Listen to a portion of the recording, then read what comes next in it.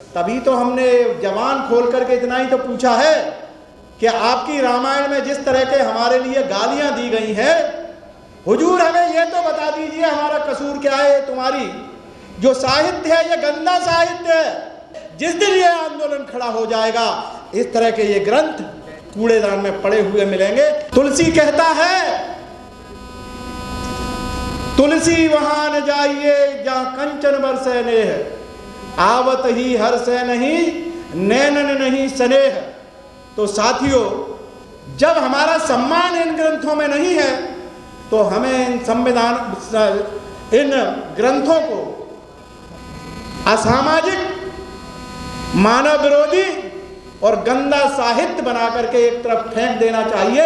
ये कूड़े और कचरे की चीज जो साहित्य है, सदियों पहले एक बहुत बड़ा ज्ञानी जो कहता है, संस्कृत का बहुत बड़ा विद्वान जिसने नीति शतक लिखा, और वो कहता है कि विद्या नाम नरस्य रूपम दिखम प्रच्छन्न गुप्तम धनम। उस विद्या को जिस तरह से इस ब्राह्मणवादी व्यवस्था ने, जातिवादी व्यवस्था ने अंकुश लगाया और शिक्षा से हम लोगों को, जिन्हें शूद्र कहा जाता है, जिन्हें गरीब कमेरा वर्ग कहा जाता है, इन सबको अपमानित किया जाता रहा। और आज जब हम अपने अपमान को बदलने के लिए अपने सम्मान की बात करते हैं तो हमारे सर कलम करने की बात होती है, हमारे संविधान को भी कलम करने की बात होती है। हम इस देश की न्यायपालिका से पूछना चाहते हैं, हम इस देश की न्यायपालिका से ये जानना चाहते हैं कि आप ब्राह्मणवादी न्यायपालिका हैं या संविधानवादी न्यायपालिका हैं।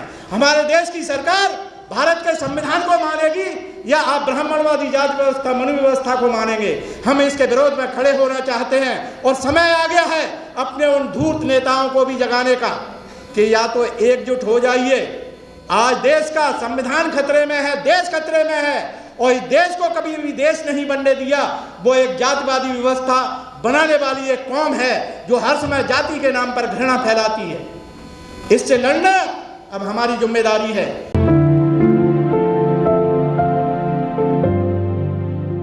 नारी शक्ति को जगाना हमारा सबसे प्राथमिक कार्य होना चाहिए। साथियों, आज जब टीवी न्यूज़ पर हम सुनते हैं कि स्वामी प्रसाद मौर्य जैसे गद्दार का सर काट के लाओ, हम तुम्हें 21 लाख रुपया देंगे, जब राजेंद्र पाल गौतम का सर कलम करने के लिए इस देश में इस तरह की घोषणाएं होती हैं, तो मैं जानना चाहता हूं कि सरकार क्या है, इस देश की न्याय व्यवस्था क्या है।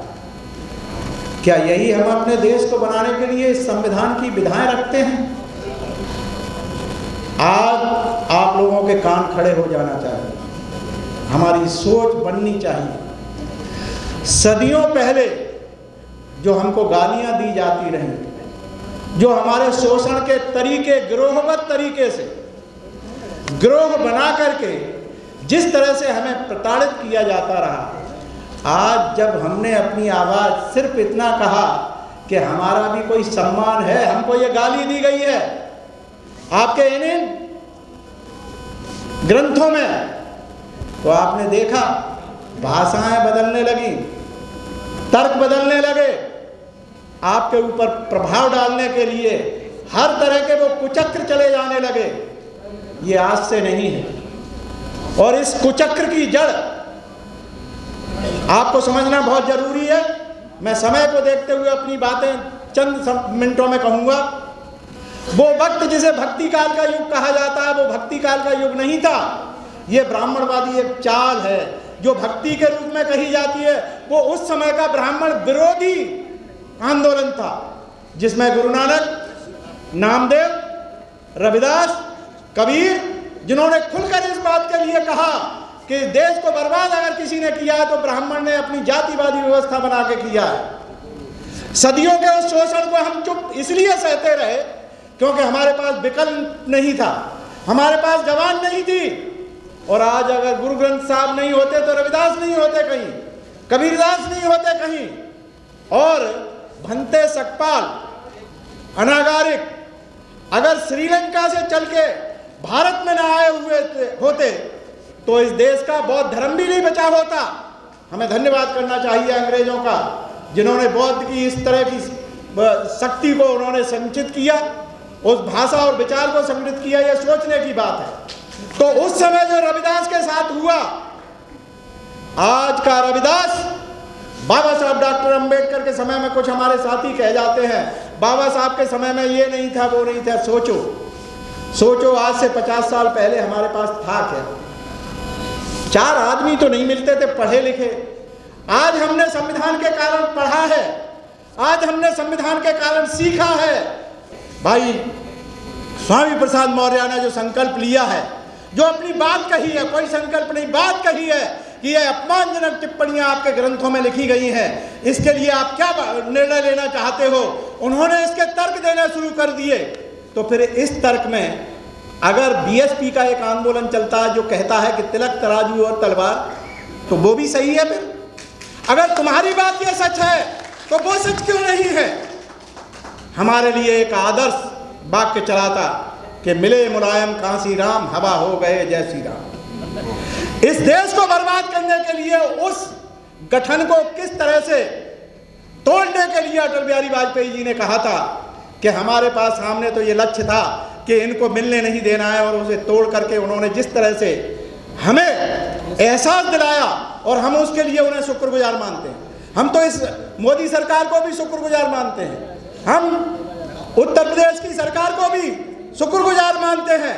उन्होंने वक्त रहते हमारे गाल पर तमाचे मारने शुरू कर दिए हैं, जिससे हमारी आंखें खुली हैं और हम पूछ रहे हैं हमारा अपमान क्यों होता है। तो उस अपमान से अगर जिंदा अपने आप को कौम कहलाना है, बाबा साहब डॉक्टर अंबेडकर के संविधान को बचाना है, तो जितने भी ओबीसी, एससी और माइनॉरिटी के लोग हैं, संविधान और देश को बचाने के लिए एकजुट होना तुम्हारी आवश्यकता है, ये जरूरत है। और इसको तोड़ने के लिए जो कुकरमुत्ते की तरह से राजनीतिक दल अपने अपने उम्मीदवार खड़े करके कोई 10%, कोई 2%, कोई 3% ले जाता है, इनको वोट नहीं देना है, इन्हें एक सबक देना है। और साथियों, इसके साथ ही मैं सिर्फ एक बात कहूँगा, ये जातिवाद और अछूतपन ओबीसी एससी में जो चल रहा है, उसमें एससी के लोग आपस में एक दूसरे के साथ न खान पान करते हैं, न रोटी बेटी करते हैं। तुमसे सबसे निवेदन है, जो भी सुन रहे हो, आपस में एक दूसरे के साथ खान पान शुरू कर दीजिए।